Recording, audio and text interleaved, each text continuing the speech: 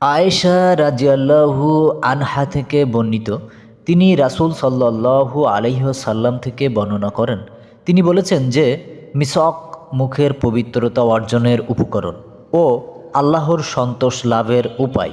সুনানে আন-নাসাই হাদিস নাম্বার 5। আনাস ইবনু মালিক রাজিয়াল্লাহু আনহু থেকে বর্ণিত, তিনি বলেন রাসূল সাল্লাল্লাহু আলাইহি ওয়াসাল্লাম বলেছেন, আমি মিসওয়াক করার ব্যাপারে তোমাদেরকে অত্যাধিক উৎসাহিত করছি। সুনানে আন-নাসাই হাদিস নাম্বার 6।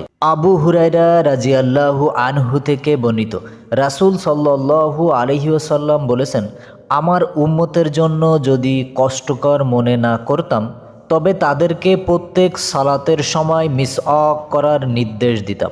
সুনানে আন-নাসাই হাদিস নাম্বার 7। ইখলাস ফিল ইবাদা, আল্লাহর সন্তুষ্টির জন্য কাজ করছি। আপনারা অবশ্যই একটি লাইক দিয়ে কমেন্ট